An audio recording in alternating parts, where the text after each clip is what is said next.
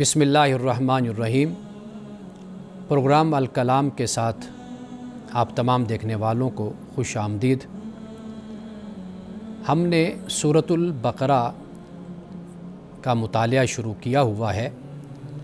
آج آیت نمبر 17 سے ہم اپنی گفتگو کا اپنے درس کا آغاز کرتے ہیں کہ جس میں اللہ پاک نے ان لوگوں کا ذکر کیا ہے، اس طبقے کا ذکر کیا ہے کہ جو کسی طرح بھی ہدایت پر آنے کے لیے تیار نہیں ہے، یعنی کلی طور پر منکر اور سرکش، متعصب اور حق کی آواز پہ کان نہ دھرنے والا یہ طبقہ۔ اب قرآن مجید ان کے بارے میں یہ فرماتا ہے کہ مَثَلُهُمْ كَمَثَلِ الَّذِي اسْتَوْقَدَ نَارًا، ان لوگوں کی مثال ایسی ہی ہے کہ جیسے ایک شخص نے آگ جلائی، آگ کو روشن کیا۔ اب آپ نے اس بات پہ غور کرنا ہے، توجہ کرنی ہے کہ ایک شخص ہے، اندھیرا چھایا ہوا ہے، وہ آتا ہے اور اس نے آگ کو روشن کیا ہے، آگ جلائی ہے۔ اب آگ جل گئی، فلما اضاءت ما حولہ، تو جب اس کا جو ماحول ہے، آس پاس کا ماحول آگ نے روشن کر دیا۔ ہم جو لفظ ماحول بناتے ہیں وہ یہی ہے، یعنی لفظ ماحول، سراؤنڈنگ۔ آگ نے اس کے آس پاس کا جو ماحول ہے اس کو روشن کر دیا۔ پھر فرمایا کہ ذہب اللہ بنورہم، اللہ ان کے نور کو لے گیا، وترکہم، اور ان کو چھوڑ دیا، فی ظلمات، اندھیروں میں، لا یبصرون، وہ نہیں دیکھتے، صم بکم عمی فہم لا یرجعون، فرمایا کہ یہ بہرے، گونگے، اندھے ہیں اور یہ نہیں لوٹیں گے۔ اب یہ منافقین کا ایک گروہ ہے، یا جیسے میں نے پہلے بیان کیا کہ یہودیوں میں سے ایک گروہ ہے، یعنی مفسرین کا یہ کہنا بھی ہے۔ اب یہ جو گروہ ہے یہ انتہا گمراہی اور انتہا دلالت اور انتہا کی سرکشی رکھنے والا یہ گروہ ہے۔ قرآن یہ بیان کرتا ہے کہ یعنی جب رسول اللہ صلی اللہ علیہ وسلم تشریف لائے ہیں، آپ نے آگ کو جلایا، آپ نے روشن کیا، یعنی نور ہدایت آپ لائے اور ماحول آس پاس کا روشن ہو گیا۔ آپ چاہیے تو یہ کہ یہ لوگ اس سے استفادہ کریں، اس ماحول سے ایمان لائیں، اپنی اصلاح کریں، اپنے اخلاق اور کردار کو بہتر کریں، محمد رسول اللہ صلی اللہ علیہ وسلم کی اتباع اور اطاعت اور پیروی کریں۔ اب وہ یہ نہیں کرتے۔ نتیجہ کیا ہوا؟ تو فرمایا کہ اللہ ان کے نور کو لے گیا، وَتَرَکَهُمْ، اور ان کو چھوڑ دیا تاریکیوں میں، لا یبصرون، یہ نہیں دیکھتے۔ اب یہاں پر صم بکم عمی، یعنی ایک ہی وقت میں یہ تینوں باتیں ان کے اندر موجود ہیں۔ اگر ایک بات ہوتی تو پھر صم بکم نہ ہوتا، صم کے بعد پھر واو آتا کہ یہ بہرے اور گنگے اور اندھے، یہ نہیں فرمایا۔ مطلب یہ ہے کہ یہ تینوں باتیں ان کے اندر بیک وقت موجود ہیں، یہ بہرے بھی ہیں، گنگے بھی ہیں اور یہ اندھے بھی ہیں۔ اب اس حوالے سے قرآن مجید کا ہم مطالعہ کرتے ہیں کہ دیگر مقامات پر قرآن مجید اس حوالے سے کیا فرماتا ہے، اور کس طرح یہ جو سوال کیا جاتا ہے یا اعتراض کیا جاتا ہے کہ اللہ ان کے نور کو لے گیا، ان کے روشنی کو لے گیا اور ان کو چھوڑ دیا اندھیرے میں، تو پھر وہی سوال ذہنوں میں آتا ہے کہ اللہ لے گیا۔ اب دیکھیے کہ اسی مقام کی تفسیر قرآن مجید دوسرے مقام پر کس طرح کرتا ہے اور اس بات کو کیسے بیان کرتا ہے۔ فرمایا سورۃ الانعام میں آیت نمبر 39 ہے، وَالَّذِينَ كَذَّبُوا بِآيَاتِنَا صُمٌّ وَبُكْمٌ فِي الظُّلُمَاتِ، فرمایا کہ جن لوگوں نے ہماری آیات کو جھٹلایا، یہ کیا ہیں؟ صم و بکم، بہرے، گنگے ہیں، اندھیروں میں، تاریکیوں میں۔ یعنی جھٹلایا تو جھٹلانے سے پہلے ان کی جو حالت تھی، ایمانی اور اخلاقی حالت، اعتقادی حالت، یہ تھی کہ یہ تھی تاریکیوں میں اور اندھیروں میں۔ من یشاء اللہ یضللہ ومن یشاء یجعلہ علی صراط مستقیم، اللہ جسے چاہتا ہے اس کو گمراہ کرتا ہے اور جسے چاہتا ہے اللہ صراط مستقیم پر اس کو رکھتا ہے۔ یعنی اللہ تعالیٰ کا قانون مشیت ہے جو حکمت اور علم پر مبنی ہے، الل ٹپ معاملہ نہیں ہے، اٹکل پچو نہیں ہے، بلکہ اللہ سبحانہ و تعالیٰ کا قانون مشیت ہے۔ یعنی جو طلبگار ہوتا ہے، جو ہدایت چاہتا ہے، اس کو ہدایت مل جاتی ہے، اور جو ہدایت نہیں چاہتا تو اس کو زبردستی ہدایت نہیں دی جاتی۔ اسی طرح ایک اور مقام پر فرمایا سورۃ فصلت میں، وَقَالُوا قُلُوبُنَا فِي أَكِنَّةٍ مِّمَّا تَدْعُونَا إِلَيْهِ، کہ یہ کہتے ہیں کہ ہمارے دل تو اکنہ میں ہیں، یعنی پردے میں ہیں۔ یعنی اس کے کہنے کا مقصد یہ کہ تمہاری باتوں کا ہم پر کوئی اثر نہیں ہونا، مما تدعونا الیہ، کہ تو ہمیں جس کی طرف بلاتا ہے اس سے ہمارا دل پردے میں ہے۔ یہ ان کے الفاظ ہیں۔ وفی آذاننا وقر، اور ہمارے جو کان ہیں ان میں وقر ہے، بوجھ ہے، بہرا پن ہے، ہم تمہاری بات نہیں سن سکتے۔ یعنی یہ ایک تضحیق کا انداز ہے، اور دوسرے کو اہمیت نہ دینا، اور ایسا انداز اختیار کرنا کہ بھئی ہمارے پاس جو کچھ ہے، ہدایت، ہمارے پاس جو علم ہے، رہنمائی ہے، جو کچھ بھی ہے وہ پہلے سے ہمارے پاس ہے، ہمیں تمہاری کوئی ضرورت نہیں، ہم جس پر ہیں ہم ٹھیک ہیں، یہ رویہ اختیار کرنا۔ اور پھر کہنا وہ من بیننا و بینک حجاب، ہمارے اور تیرے درمیان حجاب ہے، فاعمل اننا عاملون، تم اپنی جگہ کام کرو، ہم اپنی جگہ کام کر رہے ہیں۔ یعنی یہ ایک انداز تھا ایک دھمکی کا یا نتائج پر نظر رکھنے کا۔ تو یہاں پر آپ دیکھ لیجئے کہ قرآن بیان کرتا ہے کہ سمم و بکمن یہ بھی ہے، اور پھر یہ بھی بتا دیا کہ یہ خود اس بات کو مانتے ہیں کہ ہمارے دل پردوں میں ہیں، اور تیرے اور ہمارے درمیان حجاب ہے، اور ہمارے آنکھوں میں بوجھ ہے۔ اور اسی طرح فہدیناہم فاستحبوا العمی علی الہدی، سورۃ محمد میں فرمایا، سورۃ فصلت میں فرمایا، آیت نمبر 17، فرمایا کہ ہم نے ان کو ہدایت دی لیکن انہوں نے اندھے پن کو ہدایت پر چن لیا، یعنی پریفر کیا اندھے پن کو اور ہدایت کو چھوڑ دیا۔ اب یہ ان کا اپنا اختیار ہے، ان کا اپنا ارادہ ہے، ان کی اپنی چوائس ہے، لیکن اللہ فرماتا ہے کہ ہم نے ان کو ہدایت دی، ان کو پیغمبروں کے ذریعے سے ہم نے ہدایت پہنچائی، سیدھا راستہ ہم نے ان کو بتایا، دکھایا کہ بھئی یہ سیدھا راستہ ہے، لیکن انہوں نے پھر بھی اندھے پن کو، گمراہی کو، ضلالت کو انہوں نے چنا۔ ایک اور مقام ہے ناظرین کرام، بہت ہی اہم مقام ہے، سورۃ الاعراف آیت نمبر 179، یہاں پہ اللہ پاک فرماتا ہے وَلَقَدْ زَرَعْنَا لِجَهَنَّمَ كَثِيرًا مِّنَ الْجِنِّ وَالْإِنسِ، کہ بہت سے جن و انس کو ہم نے آگ کے لیے پیدا کیا، جہنم کے لیے۔ پیدا کرنے سے مراد یہ کہ جو اعمال ہیں، جو ان کا کردار ہے، اس سے نظر یہی آتا ہے کہ یہ لوگ ہلاکت کے لیے پیدا ہوئے ہیں، جہنم میں جانے کے لیے پیدا ہوئے ہیں۔ فرمایا لہم قلوب اللہ یفقہون بہا، ان کے پاس دل ہیں لیکن یہ سوچتے سمجھتے نہیں، ولہم اعین اللہ یبصرون بہا، ان کے پاس آنکھیں ہیں دیکھتے نہیں ہیں، ولہم آذان اللہ یسمعون بہا، کان ہیں ان کے پاس سنتے نہیں ہیں۔ فرمایا اولئک کالانعام، یہ تو جانوروں جیسے ہیں، بل ہم اضل، فرمایا ان سے بھی بدتر ہے۔ سورۃ الانفال کا اگر آپ مطالعہ کریں، اللہ سبحانہ و تعالیٰ نے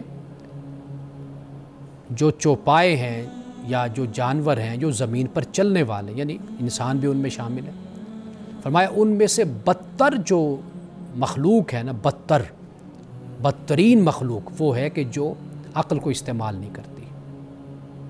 یہ سورۃ الانفال میں فرمایا گیا۔ یہ بھی فرمایا گیا لیہلک من ہلک عن بینہ ویحیی من حی عن بینہ، کہ اگر تم نے زوال پذیر ہونا ہے، ہلاک ہونا ہے، برباد ہونا ہے، تو فرمایا وہ بھی دلیل کے ساتھ ہونا ہے، اور جس نے بچنا ہے، زندگی پانی ویحیی عن بینہ، زندہ رہنا ہے تو وہ بھی دلیل کے ساتھ زندہ رہے گا۔ یہ قرآن پاک بیان کرتا ہے۔ تو لہٰذا قرآن مجید نے حق اور باطل کو بالکل واضح کر دیا ہے۔ تو لہٰذا دنیا میں زوال، کامیابی، آگے بڑھنا، وہ بھی ایک اصول اور قاعدے کے تحت ہے۔ دنیا میں جو عروج ہے، کمال ہے، ترقی ہے، وہ بھی ایک قاعدے کے تحت ہے، اور اسی طرح آخرت کا معاملہ بھی ہے۔ اب یہاں پہ اللہ پاک یہ فرما رہا ہے بالکل واضح طور پر کہ دل ہے تو سوچتے نہیں ہیں، آنکھیں ہیں تو دیکھتے نہیں ہیں، کان ہیں تو سنتے نہیں ہیں۔ یہ ہم نے چیزیں کیوں ان کو دی تھی، یہ نعمتیں کیوں دی تھی؟ اس لیے دی تھی کہ اس کو استعمال کریں اور سچ بات پر اور حق بات پر کان کو دھریں، سوچیں سمجھیں اور آنکھوں سے دیکھیں، تو دیکھ کر پھر قبول کرنا ہوتا ہے نا۔ یہ ذریعہ اور وسیلہ ہے جو اللہ تعالیٰ نے ہمیں آزاد دی ہیں کہ ہم حق بات تک پہنچیں۔ تو اس لیے سب کچھ ہونے کے باوجود بھی استعمال نہ ہو تو پھر ان جانوروں سے بدتر ہی ہوں گے وہ لوگ، کہ جانوروں کو تو یہ احساس، یہ شعور نہیں دیا گیا جو انسان کو دیا گیا، یہ ارادہ اور اختیار نہیں دیا گیا۔ تو لہٰذا قرآن مجید یہاں پہ آیت نمبر 17 اور 18 میں اسی بات کو بیان کر رہا ہے جو دیگر مقامات پہ تفسیر میں قرآن پاک نے بیان کیا ہے۔ وقفے کے بعد یہیں سے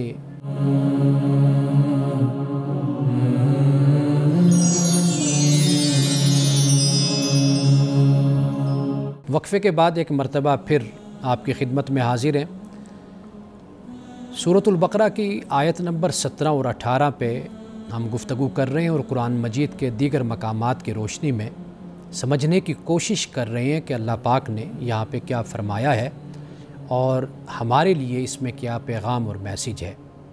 آپ دیکھیے کہ ابھی میں نے آپ کے سامنے ایک آیت جہاں پر سم بکم عمی فرمایا، اس کی تفسیر اور تفصیل وضاحت قرآن مجید کے چند اور مقامات سے میں نے کی ہے۔ تو آخر میں ایک اور مقام میں آپ کے سامنے رکھتا ہوں۔ سورۃ محمد کی آیت نمبر 23 سے فرمایا اولئک الذین لعنہم اللہ فاصمہم واعمی ابصارہم، یہ وہ لوگ ہیں کہ جن پہ اللہ نے لعنت کی اور فاصمہم، ان کو اللہ سبحانہ و تعالیٰ نے بہرا کر دیا، واعمی ابصارہم، اور ان کی آنکھوں کو اندھا کر دیا، یعنی یہ بہرے اور اندھے ہو گئے، اللہ نے ان پر لعنت کی۔ اب اس آیت سے پہلے ایک دو آیتیں اگر آپ پڑھیں گے اور بعد میں بھی پڑھیں گے، آپ کو معلوم ہو جائے گا کہ یہ ان کے اعمال ہی کا نتیجہ تھا، ان کے اعمال ہی کا صلہ تھا، وبال تھا۔ قرآن پاک نے ایک نہیں کئی مقامات پہ اس بات کو بیان کیا ہے کہ من عمل صالحا فلنفسہ ومن اساء فعلیہا، جو اچھا کرتا ہے تو اس کا فائدہ مفاد اس کے لیے ہوتا ہے، اور جو برا کرتا ہے اس کا جو وبال ہے وہ اسی پر ہی پڑتا ہے۔ تو لہٰذا قرآن مجید نے اس بات کو بالکل واضح طور پہ بیان کر دیا کہ یہ انسان کا اپنا اختیار ہے، اس کی چوائس ہے کہ وہ گنگا بہرا بن جائے اور وہ نابینا بن جائے، اندھا بن جائے، یہ اس کی مرضی ہے۔ لیکن اللہ سبحانہ و تعالیٰ نے انسان کی رہنمائی کے لیے سارے اسباب مہیا کیے، بلکہ یہی وہ اعضاء ہیں، یہ وہی راستے ہیں، وسیلے ہیں کہ جن کے ذریعے سے انسان ہدایت تک پہنچ سکتا ہے۔ اب اس کے بعد آئیے ایک اور مقام جو نور کا ذکر ہوتا ہے، اللہ ان کے نور کو لے گیا، یہ بھی قرآن مجید اس کو بالکل بیان کر دیتا ہے کہ جس کے بعد کوئی اشکال اور کوئی سوال پھر رہتا نہیں ہے۔ اللہ پاک فرماتا ہے سورۃ الحدید میں یوم یقول المنافقون والمنافقات، کہ جس دن منافق مرد اور منافق عورتیں للذین آمنوا، ایمان والوں سے کہیں گے، کیا کہیں گے؟ کہیں گے انظرونا نقتبس من نورکم، کہ کہیں گے کہ بھئی اپنے نور میں سے کچھ حصہ ہمیں بھی دے دو، یعنی وہ جو روشنی ایمان والوں کے پاس ہوگی، جو روحانیت ایمان والوں کے پاس ہوگی، اور جو ایک راستہ بالکل واضح کلیئر اور اطمینان اور سکون جو ان کو رب عطا کرے گا ایمان والوں کو، تو کہیں گے تھوڑا سا ہمیں بھی دے دو۔ تو انہیں کیا کہا جائے گا؟ قیل ارجعوا، کہا جائے گا کہ واپس جاؤ، وراءکم، پیچھے جاؤ، فالتمسوا نورا، اور جا کر اپنا نور ڈھونڈو۔ مطلب یہ ہے کہ جس جگہ پر تمہیں نور ڈھونڈنا چاہیے تھا، تمہیں لینا چاہیے تھا، وہ جگہ تو تم پیچھے چھوڑ آئے۔ یعنی اب یہ ان کے لیے پچھتاوا ہے کہ وہ پچھتائیں گے کہ دنیا کی زندگی تو اس میں اس نور کو تلاش کرنا تھا، اس پر چلنا تھا، اس کو ساتھ لینا تھا۔ دنیا میں تو تاریکی اور ظلمات ہی کو سمیٹے رکھا، کفر کو سمیٹے رکھا، گمراہی کو سمیٹے رکھا، بد کرداری کو سمیٹے رکھا، دوستی بھی ایسے لوگوں کے ساتھ لگائی۔ تو اب یہاں آخرت میں جب دیکھا کہ ایمان والوں کے پاس نور ہے، سکون ہے، اطمینان ہے، اب ان سے کہتے ہیں جی ہمیں نور دے دو، ہمیں بھی کچھ سکون مل جائے، کچھ خوشی مل جائے۔ تو کہا بھئی واپس جاؤ، تم جا کر اپنا نور تلاش کرو۔ سورۃ الانعام کی آیت نمبر 182 میں اللہ پاک فرماتا ہے اومن کان میتا فاحیناہ وجعلنا لہ نورا یمشی بہ فی الناس کمن مثلہ فی الظلمات لیس بخارج منہا۔ فرمایا کہ اب اللہ تعالیٰ تقابل کے ساتھ بات کو سمجھاتا ہے فرمایا کہ ایک شخص تھا جو مردہ تھا، پھر ہم نے اس کو زندگی دی اور ہم نے اس کے لیے نور بھی کر دیا جس میں وہ لوگوں میں چلتا ہے، یعنی نور ہدایت، نور ایمان، وہ ہم نے اس کو دیا۔ اب اس کے مقابل ایک اور شخص ہے کمم مثل فی الظلمات، کہ جو اندھیروں میں رہتا ہے، تاریکیوں میں، لیس بخارج منہا، ان ظلمات سے نکلنے والا بھی نہیں، نکلنا بھی نہیں چاہتا۔ اب یہاں پر دیکھ لیجئے، ایک وہ شخص ہے کہ جو بالکل مردہ تھا ایمان کے لحاظ سے، روحانیت کے لحاظ سے، ہر حوالے سے اللہ نے اس کو زندگی دی، یعنی وہ زندگی چاہتا تھا کہ میں اس حال سے نکلوں، تو خدا نے اس کو نور دیا، نور ہدایت، وہ لوگوں میں اس نے زندگی گزاری اسی نور کے ساتھ۔ اب اس کے مقابل دوسرا شخص بھی ہے، حالانکہ نور تو اس کے لیے بھی تھا، ہدایت اس کے لیے بھی تھی، ایمان اس کے لیے بھی تھا، لیکن اس نے اس کو لینے سے انکار کر دیا۔ لیس بخارج منہا، وہ اسی میں رہنا چاہ رہا تھا کہ میں اسی میں رہوں۔ تو اللہ پاک فرماتا ہے کیا یہ دونوں برابر ہو سکتے ہیں؟ واضح بات ہے کہ کبھی برابر نہیں ہو سکتے۔ وما یستوی الاحیاء والاموات، کہ زندہ اور مردہ وہ کبھی برابر نہیں ہو سکتے۔ هل یستوی الذین یعلمون والذین لا یعلمون، کیا وہ جو جانتے ہیں جو نہیں جانتے وہ برابر ہو سکتے ہیں؟ یستوی الاعمی والبصیر، کیا اندھے اور دیکھنے والے برابر ہو سکتے ہیں؟ کبھی نہیں برابر ہو سکتے۔ ولا الظل ولا الحرور، کیا سایہ اور دھوپ یہ برابر ہو سکتے ہیں؟ کبھی نہیں برابر ہو سکتے۔ تو یہاں پر اسی بات کو بیان کیا کہ ایک شخص نکل گیا کفر سے اور ضلالت اور گمراہی سے، ظلمات سے، اور نور میں آ گیا۔ وہ شخص نور اس کے لیے بھی تھا لیکن وہ نہیں آیا، تو فرمایا کہ یہ کبھی برابر نہیں ہو سکتے۔ قرآن پاک کا یہ بھی بڑا ایک خوبصورت انداز ہے، اسلوب ہے کہ قرآن تقابل کے ساتھ بات کو سمجھاتا ہے، یعنی ایک مثال ادھر سے اور ایک مثال ادھر سے دے کر پھر سمجھاتا ہے کہ بتاؤ کہ یہ کبھی برابر ہو سکتے ہیں۔ اسی طرح کی ایک اور آیت ہے، یہ سورۃ الزمر ہے، آیت نمبر 22، فرمایا افمن شرح اللہ صدرہ للاسلام فہو علی نور من ربی، کیا وہ شخص کہ جس کے سینے کو اللہ نے اسلام کے لیے کھول دیا اور وہ اپنے رب کی طرف سے نور پر ہے، اور دوسری طرف کون ہے؟ فویل للقاسیۃ قلوبہم من ذکر اللہ، وہ شخص ہے کہ جس کا دل خدا کی یاد سے غافل ہے، تنگ ہے اس کا دل، یعنی اس کی بدبختی کا یہ عالم ہے، کم بختی کا، کہ دل اس کا بالکل سخت ہو گیا، اللہ کی یاد کی طرف متوجہ نہیں ہوتا۔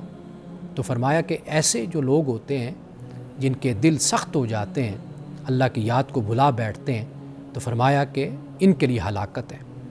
اب ایک طرف وہ شخص ہے کہ جس کے سینے کو اللہ نے اسلام کے لیے کھول دیا اور وہ اپنے رب کی طرف سے نور پر ہے، دوسرا وہ شخص ہے کہ جو خدا کے ذکر کو بھلا دیا، دل کو سخت کر بیٹھا، ہدایت کی طرف آتا نہیں ہے۔ آپ دلائل دیں، شواہد دیں، قرآن پڑھ کر سنائیں، کبھی بھی اس کے دل کی سختی ختم نہیں ہوتی، نرمی میں نہیں بدلتی، ایمان کی طرف نہیں آتا، اپنے کردار کو نہیں دیکھتا، اپنا احتساب نہیں کرتا۔ سورۃ الحدید میں فرمایا الم یأن للذین آمنوا ان تخشع قلوبہم لذکر اللہ، کیا ابھی وہ وقت نہیں آیا کہ اللہ کی یاد سے سینے، اللہ کی یاد سے دل جو ہیں وہ کانپ اٹھیں؟ کیا وہ وقت نہیں آیا ابھی؟ تو یہاں پر اسی بات کو ہی قرآن پاک بیان کرتا ہے اور تقابل کے ساتھ سمجھاتا ہے کہ نہیں، یہ لوگ کبھی برابر نہیں ہو سکتے۔ جن کو حق نظر آیا، سچائی نظر آئی، وہ دوڑ کر اس کی طرف لپکے، ایسے جیسے کنویں کی طرف پیاسا لپکتا ہے، جیسے مسافر دھوپ سائے کی طرف لپکتا ہے دھوپ سے، تو یہ اس طریقے سے ایمان کی طرف لپکتے ہیں، نور کی طرف، ہدایت کی طرف۔ اور دوسرا شخص وہ ہے کہ سب کچھ سامنے پا کر بھی پھر بھی اس کو قبول نہیں کرتا، تو فرمایا کہ یہ لوگ کبھی برابر نہیں ہو سکتے۔ تو یہاں پہ اللہ سبحانہ وتعالیٰ نے آیت نمبر 17 اور آیت نمبر 18 میں اختصار کے ساتھ، اجمال کے ساتھ بیان کر دیا، اور جب ہم انہی آیات کو، انہی مقامات کو قرآن مجید کے دیگر مقامات کی روشنی میں سمجھنا چاہتے ہیں تو قرآن بالکل بات کو واضح کر کے ہمارے سامنے رکھ دیتا ہے۔ ہمارے ذہن میں کوئی اشکال، کوئی سوال، کوئی اعتراض پیدا ہوتا ہے تو اس کے حل کرنے کا طریقہ یہی ہوتا ہے کہ آپ اسی مضمون سے متعلق جو دیگر مقامات ہیں ان کو بھی وہیں پر رکھ کر دیکھ لیں تو بات بالکل واضح ہو جاتی ہے۔ تو اس سے آگے جو اللہ سبحانہ وتعالیٰ فرماتا ہے آیت نمبر 19 ہے اور آیت نمبر 20، اس پہ بات تو ہم انشاءاللہ تفصیل کے ساتھ کل ہم کریں گے، اور یعنی جب اس پر بات ہوگی تو میں آپ کو تفصیل کے ساتھ بتاؤں گا کہ اس میں اللہ سبحانہ و تعالیٰ کس گروہ کا ذکر کر رہا ہے اور جو اس میں بیان کیا گیا ہے وہ کیا ہے، کس طرف وہ اشارہ ہے اور کس طریقے سے اللہ سبحانہ و تعالیٰ اپنی رحمت کی طرف اور ایمان کی طرف لوگوں کو متوجہ کرتا ہے۔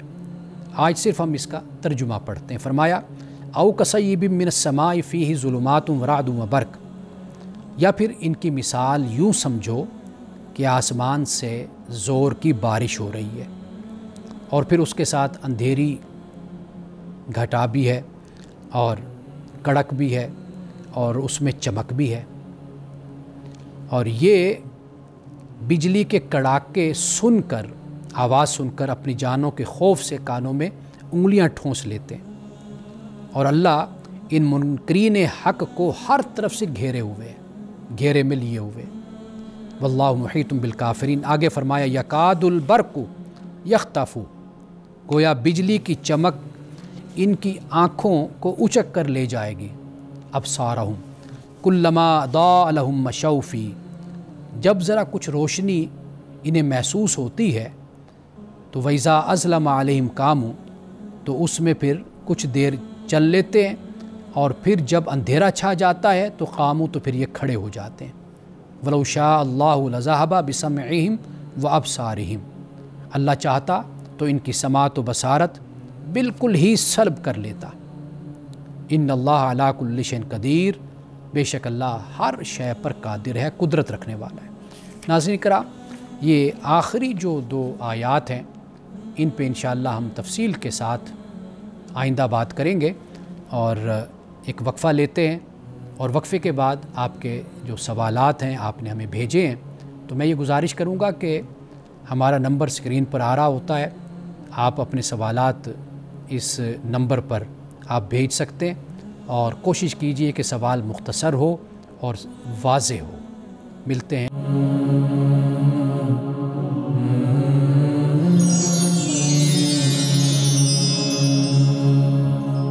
وقفے کے بعد آپ کی خدمت میں حاضر ہیں آپ کے سوالات کے ساتھ۔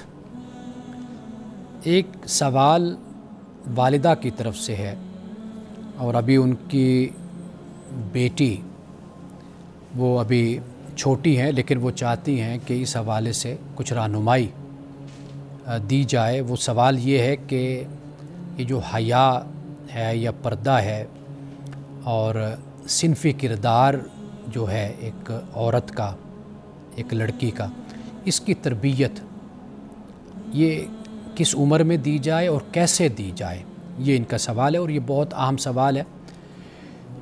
یعنی یہ سوال ایک ماں نے ہم تک پہنچایا ہے، لیکن بہت سی ماؤں کا یہ سوال ہے اور وہ چاہتی ہیں اس حوالے سے رہنمائی لینا۔ ہم اس طرح کرتے ہیں کہ جو بچی کی عمر ہے، آپ اس میں بچے کو بھی شامل کر لیں، یعنی لڑکے کو بھی، تو دونوں کے لیے یہ رہنمائی ہو جاتی ہے۔ ہم عمر کے حساب سے تقسیم کر کے بیان کرتے ہیں تاکہ یہ مشکل حل بھی ہو اور والدین کو بھرپور طریقے سے رہنمائی بھی مل جائے۔ ایک بچے کی عمر ہے، لڑکی کی یا لڑکے کی 3 سے 7 سال۔ اس میں کچھ بنیادی عادتیں ہوتی ہیں، وہ سکھائی جانی چاہیے، یعنی جیسے نہانا ہے، کپڑوں کی تبدیلی ہے، سطر کو ڈھانپنا ہو جاتا ہے۔ یعنی آپ یوں سمجھ لیجئے کہ یہ اس کے علاوہ جو بچی کا، بیٹے کا یا بیٹی کا بستر ہے، بیڈ ہے، اس کو سنوارنا، بہتر کرنا، کچھ چیزیں اپنے گھر کی جو ہوتی ہیں استعمال کی، ان کو ذرا ڈسپلن کے ساتھ ایک سسٹم میں رکھنا، اور اس طرح نہ نظر آئے کہ زندگی میں ایک انتشار سا ہے یا منتشر ہے زندگی، بلکہ اس میں ایک ڈسپلن نظر آئے۔ یہ 3 سے 7 سال کی عمر ہوتی ہے، اس میں والدین کو چاہیے کہ بچوں کو یہ تربیت اس پر دیں، اور پھر اس کے بعد جو اگلا مرحلہ ہے وہ 7 سے 10 سال تک کا مرحلہ ہو جاتا ہے، اور بچیوں کو یعنی لباس کے بارے میں بتایا جائے، اور پھر جیسے آستین کا معاملہ ہوتا ہے، سلیو کا، اور ڈھیلا لباس، یعنی لباس ایسا ہو کہ جس میں اعضاء نمایاں نہ ہو، اور اسی طرح بچوں کو اسی سے متعلق تھوڑی بہت جو تربیت ہے وہ دی جانی چاہیے۔ اور خاص طور پر جو یہ گڈ ٹچ بیڈ ٹچ کی ہم بات کرتے ہیں، تو اس کی تعلیم بھی بچوں کو ضرور، جب آپ یہ دیکھیں کہ بچے باشعور ہیں، کچھ سمجھدار ہو رہے ہیں اور ان باتوں کو سمجھ سکتے ہیں، اور یا بچوں کی عمر ایسی ہے کہ ان باتوں کے بارے میں ان کو پتہ چلنا چاہیے، تو پھر ضرور آپ بچوں کو بتائیے۔ اچھا، پھر یہی وہ عمر ہوتی ہے کہ بھائیوں کے ساتھ بھی، گھر میں بھائیوں کو بہنوں کے ساتھ اور بہنوں کو بھائیوں کے ساتھ جو حدود ہوتی ہیں سطر کی، یہ جو معاملات ہوتے ہیں، اس کے بارے میں 7 سے 10 سال تک کی جو عمر ہے اس میں آگاہ کیا جانا چاہیے۔ اور 10 سے 12 سال تک کی جو عمر ہوتی ہے، اس میں جذباتی اور جسمانی جو تبدیلیاں ہوتی ہیں وہ رونما ہونا شروع ہو جاتی ہیں اس عمر میں، بلکہ بعد میں 10 سے بھی پہلے 9 سال کی عمر آپ کہہ سکتے ہیں۔ تو 10 سے 12 سال کی جو عمر ہے، جذباتی حوالے سے اور جسمانی حوالے سے ہارمونز کی تبدیلیاں جسے ہم کہتے ہیں، وہ رونما ہونا شروع ہو جاتی ہیں۔ اب یہاں پر روحانی تربیت ہو، ذہنی تربیت ہو، اور بچوں کو گھر کے حوالے سے، باہر کے حوالے سے کچھ ذمہ داری ہوتی ہے وہ دی جاتی ہے، کچھ باتیں سمجھائی جاتی ہیں، تو اس عمر میں یہ شروع ہو جانا چاہیے۔ اب اس کے بعد وقت آتا ہے بلوغت کا، یعنی اب جیسے میں نے عرض کیا کہ بھئی بلوغت کا معاملہ ممکن ہے 12 سال سے پہلے بھی ہو جائے، 12 سال کے بعد ہو، یا 10 سال کی عمر میں ہو جائے، لیکن بلوغت کے بعد اب جو معاملات ہوتے ہیں کچھ یہ تو صرف صنفی آداب، یعنی کچھ ایٹیکیٹس آپ کہہ لیجئے جو ایک عورت اور مرد کی ذات سے متعلق ہوتے ہیں، جیسے اس کے بارے میں ماں خاص طور پر بچیوں کو اس کے بارے میں گائیڈ کر سکتی ہے، لڑکے ہیں تو ان کو، بچے ہیں تو ان کو باپ گائیڈ کر سکتے ہیں۔ یعنی جیسے بلوغت کے بعد منسٹریشن کا معاملہ ہوتا ہے، پاکیزگی کا، ناپاکی کا معاملہ ہوتا ہے، اور یہ کچھ بنیادی مسائل ہوتے ہیں اسی عمر میں، یعنی انسان کو اپنے جسمانی طہارت کا بڑا اہتمام کرنا پڑتا ہے، کہ جیسے بال ہیں، زیر ناف بال ہیں یا بغل میں بال ہیں، یہ جو انسانی جسم ہے اس میں جو تبدیلیاں اس طرح کی رونما ہوتی ہیں، تو ان کی صفائی ستھرائی اس کی بھی ہماری شریعت میں، ہمارے دین میں بہت زیادہ اس کی اہمیت ہے، اس کو کبھی اگنور نہیں کرنا چاہیے، اور اس کے بارے میں بچوں کو بتانا چاہیے۔ یعنی جیسے ویٹ ڈریم ہوتا ہے تو احتلام ہوتا ہے، تو اس کے بارے میں بتایا جانا چاہیے کہ جب ایسا ہو تو پھر اس کے لیے غسل کرنا فرض ہو جاتا ہے، لازم ہو جاتا ہے۔ اسی طرح نماز ہے، بلوغت کے بعد نماز بھی فرض ہے، تو نماز کو بھی ادا کرنا ہے۔ اچھا، یہاں پر ایک اور اہم بات جو میں عرض کرنا چاہتا ہوں وہ یہ ہے کہ جس کی تعلیم نہیں دی جاتی وہ ہوتا ہے اختلاط مرد و زن کے آداب، کہ آپ لڑکی ہیں تو آپ نے لڑکوں سے ملنا ہے، کالج میں جاتے ہیں، آپ یونیورسٹی میں جاتے ہیں، یا کوئی پارٹی ہے، کوئی کہیں پر کوئی دعوت ہے، تقریب ہے، اس میں شرکت ہوتی ہے، اس کی تربیت کی بڑی ضرورت ہوتی ہے، اس لیے کہ جب ہم اپنے بچوں کو، بچیوں کو مرد و زن کے اختلاط کے آداب نہیں بتاتے تو پھر ان سے بہت سی غلطیاں ہوتی ہیں، اور جس پر پھر ہمیں پریشانی ہوتی ہے۔ اگر اس بارے میں اپنے بچوں کو تربیت دی جائے، ان کو بتایا جائے کہ جب آپ لڑکے ہیں، کسی سے ملتے ہیں تو آپ کی نظریں کیسی ہونی چاہیے، جب آپ دوسرے کو دیکھتے ہیں، دوسرے کے چہرے پر آپ کی نظر جاتی ہے، اور جب آپ کسی خاتون سے بات کرتے ہیں تو آپ کو بات کرنے کا ایک سلیقہ آپ کے اندر ہونا چاہیے، طریقہ ہونا چاہیے۔ اسی طرح لڑکی ہے تو اس کی بھی تربیت، یعنی آج اس زمانے میں، اس دور میں ہم اپنے بچوں کو کسی جگہ بند نہیں کر سکتے، انہوں نے آخر نکلنا ہے۔ اب تو یہ بھی ایک رواج ہے کہ لوگوں کے بچے، والدین اپنے بچوں کو باہر ملک بھی بھیجتے ہیں، یعنی کوئی UAE بھیج رہا ہے، کوئی USA بھیج رہا ہے، کوئی UK بھیج رہا ہے، اور اسکینڈینیوین کنٹریز میں بھیج رہا ہے۔ تو اب تو مختلف ممالک میں بچیاں بھی اکیلی، بچے بھی اکیلے جاتے ہیں تعلیم لینے کے لیے۔ تو لہٰذا اب یہ وقت ہوتا ہے کہ جب آپ کے پاس ہیں وہ بلوغت کے بعد یا 10 سے 12 سال کی عمر یا 12 سال کے بعد کی عمر، تو اس میں آپ بچوں کو ضرور مرد و زن کے اختلاط کے آداب یہ ضرور ان کو بتائیے اور ان کو سکھائیے، تاکہ جب وہ ایک ایسے معاشرے میں جائے جہاں پہ وہ ملٹی نیشنل سوسائٹی بھی ہوتی ہے، اور وہاں پر مرد و زن یعنی عورت اور مرد ملتے ہیں آپس میں، آفس میں کام کر رہے ہیں، کمپنی میں کوئی کاروبار کر رہا ہے، کوئی کچھ کر رہا ہے، تو وہاں پر پھر یہ آداب کام آتے ہیں جو ہمیں ضرور اپنے بچوں کو سکھانے چاہیے۔ ناظرین کرام، ابھی آپ کے سوالات کے جو جوابات ہیں ان کا سلسلہ جاری ہے، تو وقفے کے بعد دوبارہ حاضر ہوتے ہیں۔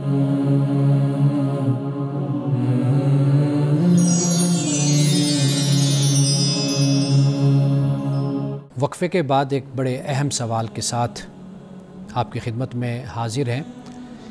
سوال اس لیے اہم ہے کہ یہ والدین سے متعلق ہے۔ ایک صاحب نے یہ سوال بھیجا ہے، وہ کہتے ہیں کہ والدین زیادتی کرتے ہیں، تو میرے ساتھ زیادتی کرتے ہیں، اپنے چھوٹے بچے جو ہیں یعنی میرے بہن بھائی، ان کے ساتھ بہت پیار ہے اور بڑی شفقت ہے، ان کا بہت خیال کرتے ہیں، لیکن میرے ساتھ ان کا رویہ ایک عدل پر مبنی نہیں ہے، مساوی رویہ ان کا نہیں ہے۔ تو اس بارے میں وہ پوچھتے ہیں کہ مجھے کیا کرنا چاہیے اس حوالے سے۔ تو میں اپنے اس بھائی کو یا بیٹے کو جنہوں نے یہ سوال پوچھا ہے، سب سے پہلے تو میں ان سے یہ گزارش کروں گا کہ کہیں ایسا نہ ہو کہ آپ کسی غلط فہمی میں مبتلا ہوں۔ کئی دفعہ انسان غلط فہمی کا بھی شکار ہو جاتا ہے، تو اس سے بھی بڑے مسائل پیدا ہوتے ہیں کہ ہم خود ذاتی طور پر ایسا خیال کرنے لگ جاتے ہیں کہ شاید میرے ماں باپ مجھ سے محبت کم کرتے ہیں اور اپنے دوسرے بچوں سے زیادہ محبت کرتے ہیں۔ ایک وجہ یہ بھی ہے کہ کسی فرد کے بارے میں بھی کوئی بدگمانی نہیں رکھنی چاہیے۔ جب تک کہ کوئی یقینی بات نہ ہو تب تک انسان پھر کوئی بات کہتا ہے۔ اور دوسری بات یہ ہوتی ہے کہ یہ یاد رکھیے کہ اس تجربے سے ہم گزرتے ہیں کہ ممکن ہے کہ آپ مالی لحاظ سے خوشحال ہوں اور سٹرونگ ہوں اور اچھے ہوں، یا آپ کا مستقبل والدین کو روشن نظر آتا ہو، تو اس لیے بھی وہ جو چھوٹے بہن بھائی ہوتے ہیں تو ان کی طرف توجہ زیادہ اس لیے بھی جاتی ہے۔ ہم نے یہ دیکھا ہے کہ مثال کے طور پر کوئی بڑا بھائی بھی ہو نا، اگر وہ بیچارہ کمزور ہے مالی لحاظ سے، یا صلاحیتوں میں کم ہے، یا صحت کے لحاظ سے کمزور ہے، تو ماں باپ کو اس کی زیادہ فکر ہوتی ہے، حالانکہ وہ بڑا ہوتا ہے۔ چھوٹے بہن بھائی پھر کہہ رہے ہوتے ہیں کہ آپ اس کا بڑا ذکر کرتے ہیں، لیکن ہمارے بارے میں کبھی آپ نے فکر مندی کا مظاہرہ نہیں کیا، اظہار نہیں کیا۔ تو والدین پھر یہی کہتے ہیں کہ بیٹا آپ تو پھر بھی اپنی روٹی چلا لیتے ہو، چلا لو گے، محنت کر لو گے، آپ باصلاحیت بھی ہو، محنت بھی کرتے ہو، تو وہ بیچارہ کمزور ہے تو ہمیں اس لیے اس کی فکر ہوتی ہے۔ تو کئی دفعہ ماں باپ کی فکر کی جو وجہ ہوتی ہے نا پریشانی کی، وہ یہ بھی ہوتی ہے۔ تو سب سے پہلے تو ماں باپ کے بارے میں کسی طرح کی بدگمانی اور اس طرح کا کوئی خیال دل میں نہیں لانا چاہیے۔ اگر واقعی والدین زیادتی آپ کے ساتھ کرتے ہیں تو یہاں پہ میں یہ عرض کروں گا کہ قرآن مجید نے اس مسئلے کو بالکل واضح کیا ہے، اور وہ یہ ہے کہ اللہ پاک کہتا ہے کہ اگر والدین تجھے مجبور کرتے ہیں کہ تم اس کے ساتھ شریک ٹھہراؤ، یعنی شرک کرو، یعنی شرک سے یوں سمجھ لیجئے کہ وہ کام کہ جو خلاف دین، خلاف شریعت ہے، تو فرمایا فلا تطعہما، ان کی اطاعت نہیں کرنی، وصاحبہما فی الدنیا معروفا، لیکن دنیا کے معاملے میں ان کے ساتھ تم نے اچھا چلنا ہے۔ تو آپ یہی معاملہ کیجئے کہ آپ اپنے والدین کے ساتھ ادب کے ساتھ، احترام کے ساتھ اختلاف کو آپ ان کے سامنے رکھ دیجئے، اور ان سے گزارش کیجئے کہ میں بھی آپ کا بیٹا ہوں، آپ کی اولاد ہوں، تو آپ میرے ساتھ یہ زیادتی کرتے ہیں، اگر زیادتی کرتے ہیں تو آپ اس پر غور و خوض کیجئے، یا میری یہ غلط فہمی ہے تو مجھے آپ ضرور بتائیے اور میری اصلاح کیجئے۔ تو یہ طریقہ سب سے بہتر طریقہ ہوتا ہے کہ بجائے اس کے کہ ہم کوئی سخت رویہ اختیار کریں۔ آپ دیکھیے رسول اللہ صلی اللہ علیہ وسلم نے والدہ کا حق بہت زیادہ بیان فرمایا ہے۔ یعنی ایک صحابی نے عرض کیا یا رسول اللہ صلی اللہ علیہ وسلم، میرے حسن سلوک کا سب سے زیادہ حقدار کون ہے؟ فرمایا تیری والدہ۔ پھر پوچھا، فرمایا تیری والدہ۔ پھر پوچھا کون؟ فرمایا تیری والدہ۔ چوتھی مرتبہ فرمایا تیرے والد۔ اور یہ بھی حدیث ہے، فرمایا کہ رب کی رضا والد کی رضا میں ہے، اور رب کی ناراضگی والد کی ناراضگی میں ہے۔ تو لہٰذا کوشش اسی بات کی کیجئے کہ وہ آپ سے ناراض نہ ہوں، آپ سے خوش رہیں۔ اور یہ جو دنیاوی مال اور دولت ہے، یہ آپ کو اللہ دے دے گا۔ آپ حسن نیت رکھیں، اچھی نیت رکھیں، اس بنیاد پر اپنے والدین کے لیے دل میلا نہ کریں، اور ان کی گستاخی نہ کریں، بے ادبی بھی نہ کریں، اور یہ بھی نہ کہیں کہ وہ ظلم کرتے ہیں یا زیادتی کرتے ہیں میرے ساتھ۔ آپ ان کے ساتھ اچھا چلتے رہیں۔ اللہ پاک اپنی جناب سے آپ کو بڑی برکتیں اور بڑی وسعتیں اللہ پاک آپ کو عطا فرمائے گا۔ دیکھیے اگر وہ واقعی ظلم اور زیادتی کر بھی رہے ہیں تو وہ خدا کی بارگاہ میں اس کے جواب دے ہوں گے، اللہ پاک ان سے پوچھے گا۔ آپ اپنی طرف سے کوئی ایسا کام نہ کیجئے کہ جس سے خدا کی ناراضگی کا آپ کو سامنا کرنا پڑے۔ ناظرین کرام، جاتے ہوئے رسول اللہ صلی اللہ علیہ وسلم سے متعلق ایک روایت بیان کرتا چلوں۔ حضرت اسود بن زید کہتے ہیں کہ میں نے حضرت عائشہ صدیقہ رضی اللہ تعالی عنہا سے پوچھا کہ ما کان یصنع النبی فی اہلہ، کہ رسول اللہ صلی اللہ علیہ وسلم اپنے گھر میں کیا کام کرتے تھے، یعنی کوئی کام کاج ہوتا اس میں۔ فرمایا کہ کان یکون فی محنت اہلی، یعنی گھر میں جو کام کاج ہوتے ہیں رسول اللہ اسی میں مشغول رہتے تھے۔ یعنی ان کا سوال یہ تھا گھر میں کیا آپ کرتے ہیں، آپ کی مصروفیت کیا ہوتی ہے۔ اور پھر حضرت عائشہ صدیقہ رضی اللہ تعالیٰ عنہا نے جو آخر میں بات فرمائی وہ بہت اہم بات ہے۔ فرمایا کہ فیضا حضرت الصلاۃ خارجہ، کہ جب نماز کا وقت ہوتا تو رسول اللہ پھر گھر سے نکل جاتے تھے، یعنی پھر جو کام جہاں پر ہے اس کام کو وہیں پر رکھ دیا اور پھر آپ نماز کے لیے تشریف لے جاتے تھے۔ اللہ پاک ہمیں بھی 5 وقت نماز پڑھنے کی توفیق عطا فرمائے۔ انہی الفاظ کے ساتھ اجازت دیجیے، انشاءاللہ کل پھر آپ کی خدمت میں حاضر ہوں گے۔